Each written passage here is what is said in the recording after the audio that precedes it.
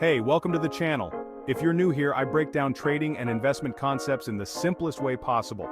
In today's video, I'm going to walk you through how to buy a stock step by step. This video will show you exactly what you need to do, even if you've never traded a single stock before. Let's jump right in.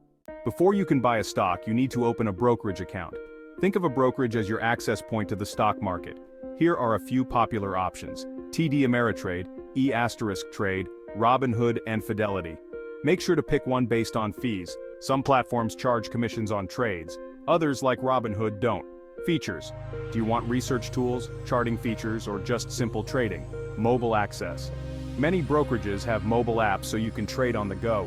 Once you've chosen your brokerage, sign up and verify your account. Now that you have your brokerage account set up, you'll need to fund it. Link your bank account and transfer the money you want to invest. You can start small. Some platforms even let you buy fractional shares, meaning you don't need to buy a full share of a stock like Amazon or Tesla. You can invest with as little as $10. Step 3. Research the stock. Don't just blindly pick a stock. Do some research. Here's what you want to look for. Company fundamentals. Check revenue, profit, debt, and future growth. Stock chart. How has the stock price been moving over time? Any trends? News? Is there any important news that could affect the company? A good place to start is with companies you already know and trust. For example, if you're a fan of Apple products, that might be a good place to begin your research. Step 4. Place your order.